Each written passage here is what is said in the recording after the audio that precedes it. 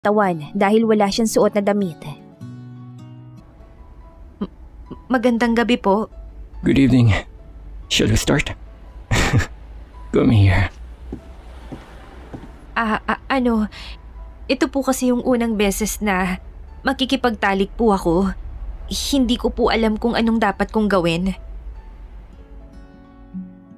Ngumisi ang lalaki at bumangon. Lumapit siya sa akin at hinawakan sa mukha. Tinitigan niya ako mula paa hanggang mukha.